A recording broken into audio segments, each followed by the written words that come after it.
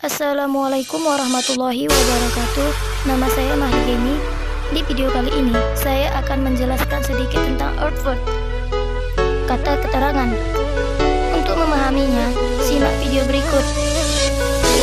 Nah, sebelum masuk ke jenis Earthword, kita ketahui terlebih dahulu apakah itu Earthwords. Earthwords itu adalah kata keterangan dalam bahasa Inggris. Ini sangat penting dipelajari. Earthword merupakan kata yang dipakai untuk menerangkan bagaimana dari sebuah aktivitas terjadi atau bagaimana seseorang melakukan sesuatu. Lebih jelas lagi, adverb merupakan kata yang digunakan untuk menerangkan verb, adjektif, atau adverb lainnya. Baiklah, sekarang masuk ke jenis adverb. Jenis adverb ada 5. Yang pertama, adverbs of minor, kata keterangan cara. Yang kedua, adverbs of place, kata keterangan tempat. Yang ketiga, adverbs of frequency, kata keterangan frekuensi.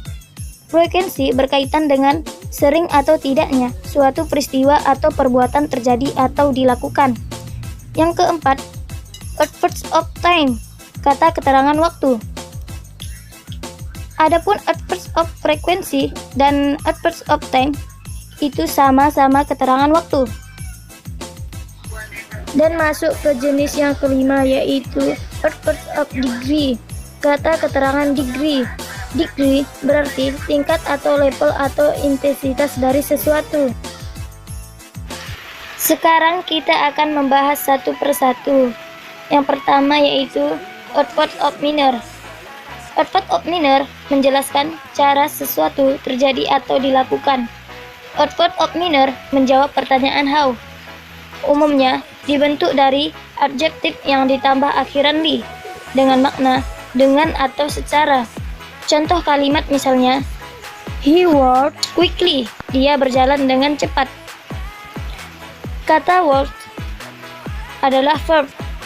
Kata quickly adalah adverbs of minor. Quickly menjelaskan kata kerja walked. Quickly juga menjawab pertanyaan how. How does she walk? Bagaimana dia berjalan?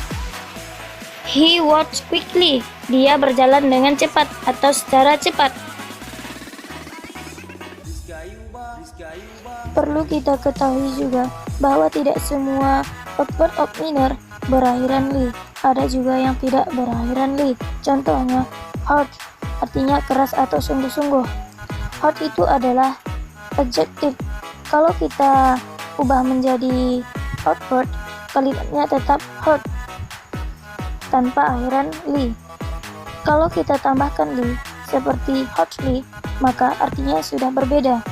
Hardly artinya adalah hampir tidak, sedangkan arti hard dengan sungguh-sungguh atau dengan keras. Nah, masuk ke penjelasan kedua, yaitu adverb of place, kata keterangan tempat. Adverb of place menjelaskan tempat terjadi peristiwa atau perbuatan. Adverb of place menjawab pertanyaan word, di mana sebagian berakhiran word dan words. Contoh kalimat, she lived there, dia tinggal di sana. Kata lives adalah verb. Kata there adalah adverb of place. There menjelaskan kata kerja lives. There juga menjawab pertanyaan word. What did she live? Di mana dia tinggal? She lived there, dia tinggal di sana. Nah, masuk ke penjelasan yang ketiga, yaitu adverb of frequency. Adverb of frequency itu adalah yang menjelaskan frekuensi suatu perbuatan dilakukan atau peristiwa terjadi. Adverb of frequency menjawab pertanyaan how often. Jadi, berkaitan sering atau tidaknya suatu peristiwa atau perbuatan terjadi atau dilakukan. Contoh adverb of frequency misalnya always. Always sinonimnya all of the time. Nah, kita buat contoh dalam sebuah kalimat. Misalnya, Jens always drinks milk. Jens selalu minum susu. Pada kalimat ini, kita menggunakan always, adverb of frequency. Kita juga bisa menggunakan sinonim adverb of frequency. Misalnya, Jens drink milk all of the time. Kedua kalimat ini memiliki makna yang sama. Cuman, kalau kita lihat penggunaan adverb of frequency dan sinonimnya, kalau kalimat yang pertama, kalimatnya diletakkan di tengah. Kalau kalimat yang kedua, kalimatnya diletakkan di akhir. Output of frequency menjawab pertanyaan how often does James drink milk? Seberapa sering James minum susu? James always drink milk. James selalu minum susu.